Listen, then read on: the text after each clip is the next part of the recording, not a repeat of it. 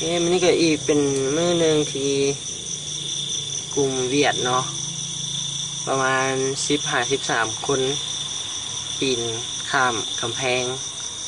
เพื่อจะมาเอาฝักม่วงแล้วก็เฮ็ดให้คนงานของเขาบาดเจ็บน้อยหนึ่งทางโจทย์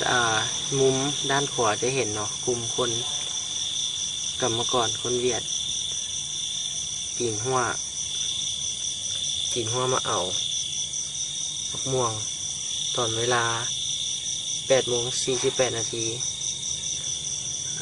แล้วเดี๋ยวนี้ก็ลุงยามเพิ่นได้เห็นกล้องจากกล้องวงจรปิดเพิ่นก็เลยเปิดประตูไปซองเบิ่งจากการซองเบิ่งแล้ว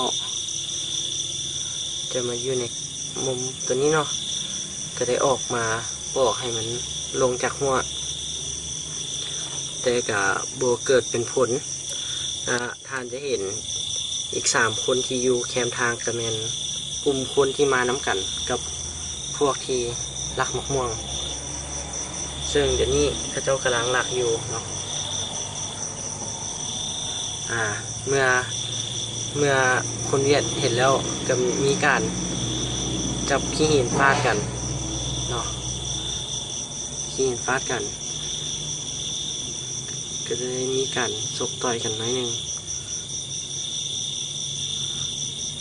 แต่กับโบได้บาดเจ็บหลาย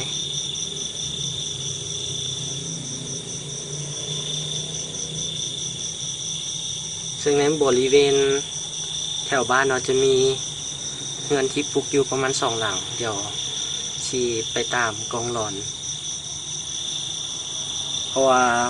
โบยากปันใดที่จะหาขโมยพวกนี้เนาะเพราะเสื้อเขาเจ้าเป็นเอกลักษณ์โดยเฉพาะคนเทียนมาตีลุงงามเมื่อกี้นี้ใช่ละ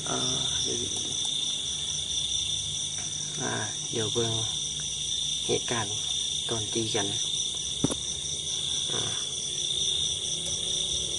ยางเขามาห้ามแล้วเนาะเมื่อหูหีบลงออกจากกำแพง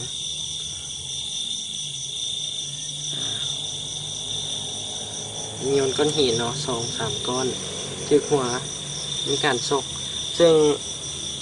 เวียดผู้ใส่เสื้อดำนี่กับลายแถบนี้อาจจะบนอาจยากที่จะหาเนาะเดี๋ยวเขาต้องได้ไปตามกองร้อนพาไปหามันแค่บทแค่นี้